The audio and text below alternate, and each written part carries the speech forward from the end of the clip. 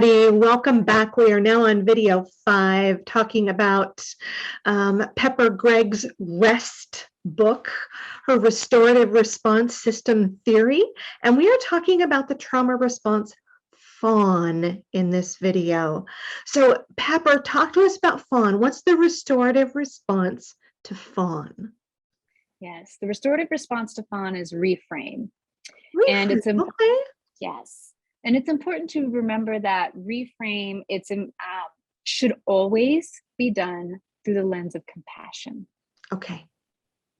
It's easy to reframe things in a sarcastic way. It's easy to reframe things, and that's a humor. It's a response, a fawning response to your like fawning response to your fawning response. We're layering here. We're layering. Right. When we go into fawning, it's considered one of the more conditioned responses from childhood trauma. Okay. Fawning is, all responses are a part of ourself. So we've talked about parts work, internal family systems, and fawning is usually that masking, or that this is the appropriate me that's allowed in this space. This is the me that is safest in this space. Okay. So that's the part that comes out, that does the fawning. Right. Yeah. Sometimes fawning is going to look like the peacekeeper. It's going to look like for me, it's the oldest daughter caregiving position. It's going to be anything that, even including violating your own sovereignty to stay alive in that moment. In service of survival. In service of survival. And it also, because of that, carries a lot of shame. Yeah. Because it can make you feel like, I deserve that because I partially participated. Yes, exactly. I got co-opted into that process. Mm-hmm. And this is one that, so I work with a lot of trafficking survivors, and at some point in that abusive process and cycle, they are then made to go out and get other new survivors. Okay. Yeah. They are to target other children, other people their age, and try to rope them into this vicious cycle.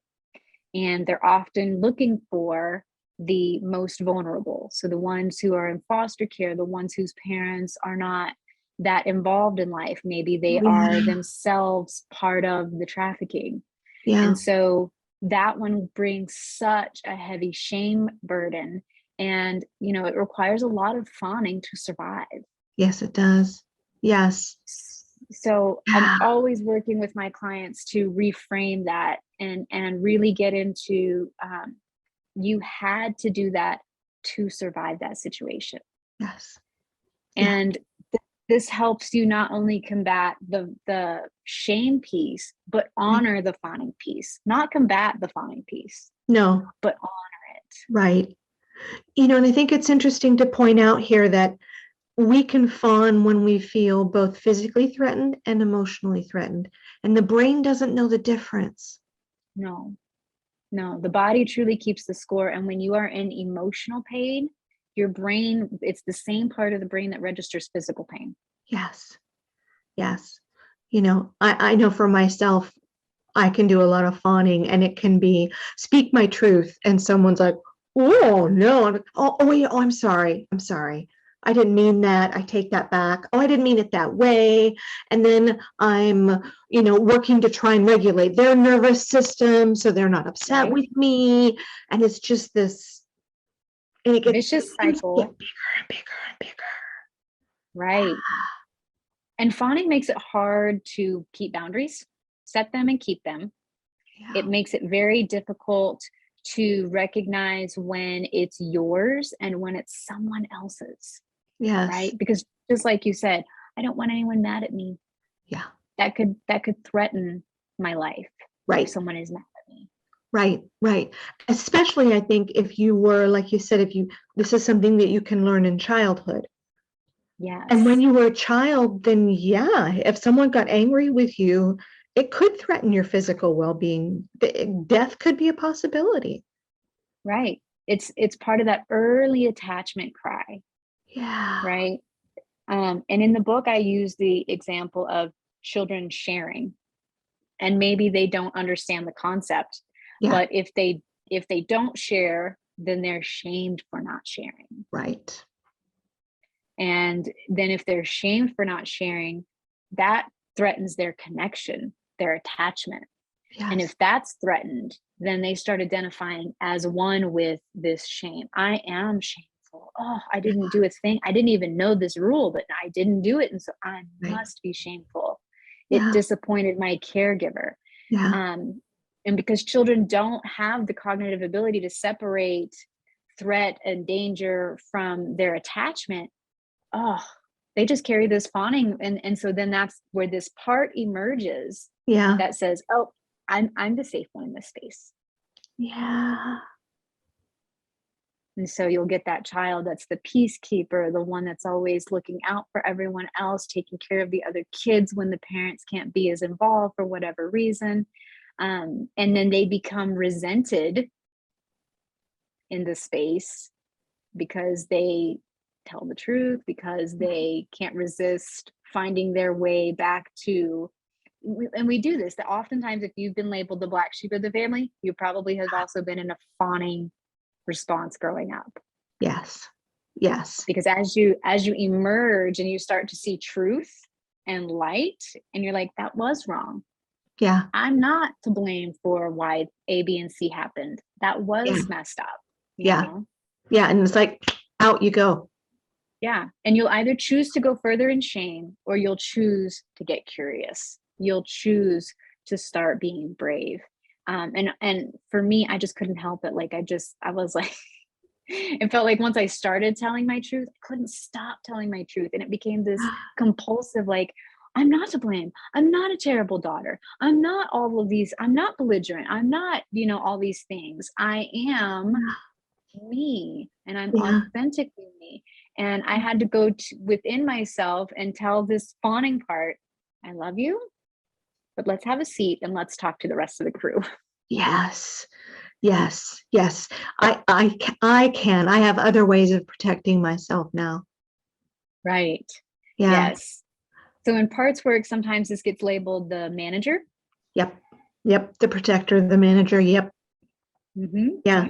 And so it's going to be very similar steps that we walk through there, but it all comes from reframing it in compassion. At the very base of it, it's all about reframing truth and compassion. Yes. Yes. And this is very difficult when you want to carry the shame. You're used to carrying shame, and we get so comfortable with being shamed. Yeah. And thinking we deserve shame. And so fawning is one that this is, reframing with boundaries. How do we reframe this? What's the proper structure for this? What's the truth of this? Right. And doing so from, compassion with the self first. Yeah. I didn't deserve this thing that happened to me. Yeah. I'm going to give that back. Mm-hmm. Yeah. And recognizing that just because someone else is upset doesn't mean that's your fault or your problem, not your burden, not your shame. Yes.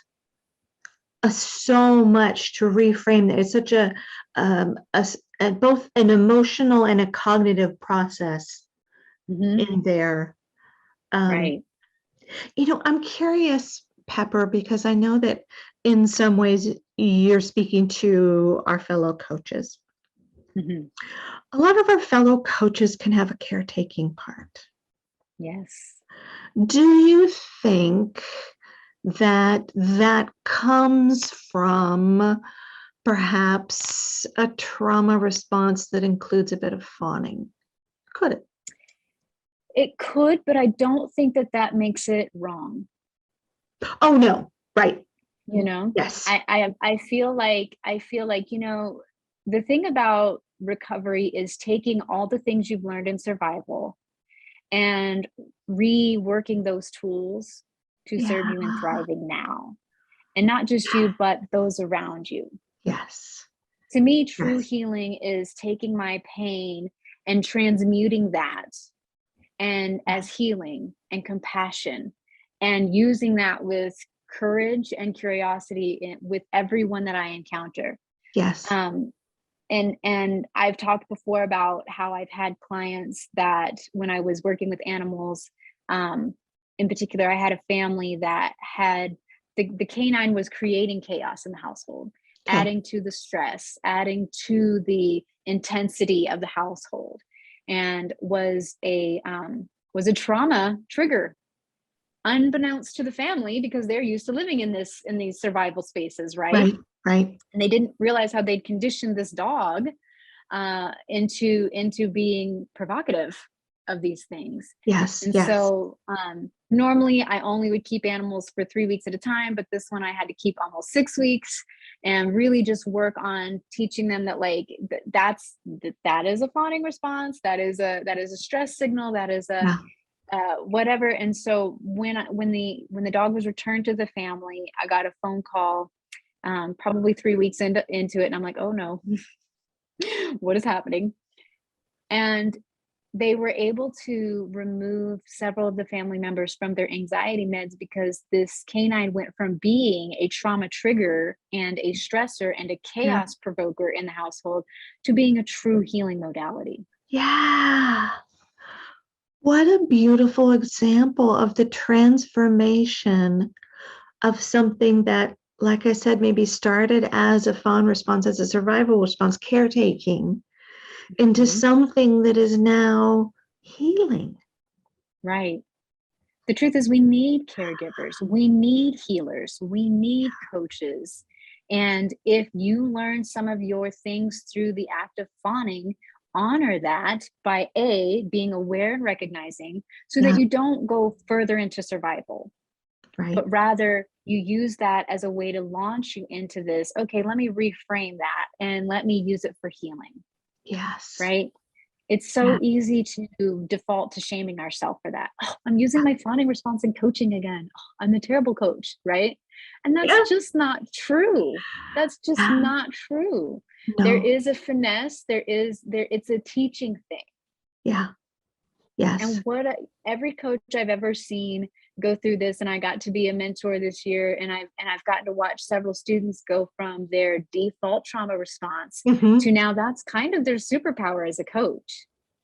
I And love that. all the more reason to learn rest, because if you Yes. identify with any of these trauma responses Yes. and you learn how to turn them into a restorative response, it doesn't just work for you, it works for everyone you encounter. And then when you're in conversation with people, you're like that dog, you're a healing modality now. Yes. Just in your presence, just in your being, just in being aware of where you are. Yeah. Just in your presence. Hmm. To me, that is so important. You know, we overlook the power that we have by being fully present in our authentic self. Yes. You The know. space that you take is yours to take for a reason. Yeah. And, shame wants to bubble up and say, oh, you're taking up too much space. You're being too Yeah. loud. You're being too whatever. Yeah.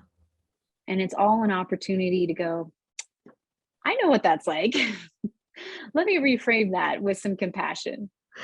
I'm Yeah. not too much. I am enough for this space and time, or this isn't my table, It's true. you know? So true. And that is one thing that I'll say, having been a fawner and now moving into the space of, it took me a while. It took me a while to get there. And look, Yeah. coaches, anyone that's listening right now, you're going to cycle through being stronger and more aware, and times where you're like, I didn't even know I was in that space. Yeah.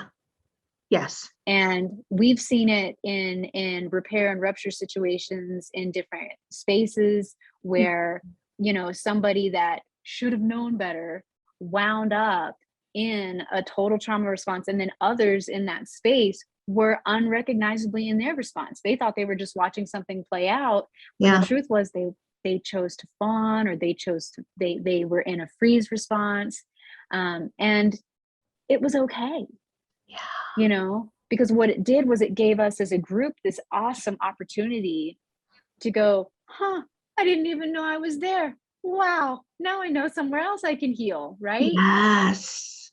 And we Yeah. bonded closer. So Yeah. instead of trauma bonding, we were now healing bonding. Yes. Yes. All of these are tremendous capacities, give us a tremendous capacity to not just restore, but to grow. Yes.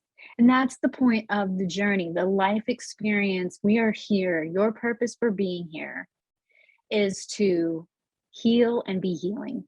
Yes. And holy moly, how could you ask for anything better than that? Right? You know, and there are those that are going to stay in service to survival because it's the familiar they know. Right. But that doesn't mean that we have to go with them. No. It doesn't mean that we have to be stuck with them. It doesn't even mean we have to lower ourselves to reach them. You know, they will see that by the space I take up, the way I respond when I see other trauma reactions going on, the way that I embody myself regardless, that's always inspiring, even if sometimes offensive. But it calls others to join. Yes, it does. It does. And if only we could do more of that, eh? And I that's believe what that we're we working are in on. this association. Yep. That's I right. believe we're working on it in this association. I see it and I'm loving it with the students that we're seeing. I'm loving it with the students that are signing up with this course because it's like, man, I do love the healing journey. Sometimes it's exhausting, but trauma is exhausting. Yes, exactly. You know, Exactly. and If we I stay always there, it's remind exhausting. yeah. And I always remind people that you're doing the work one way or another. You're either working to survive or you're Yep. working to heal and thrive. Right. It's true.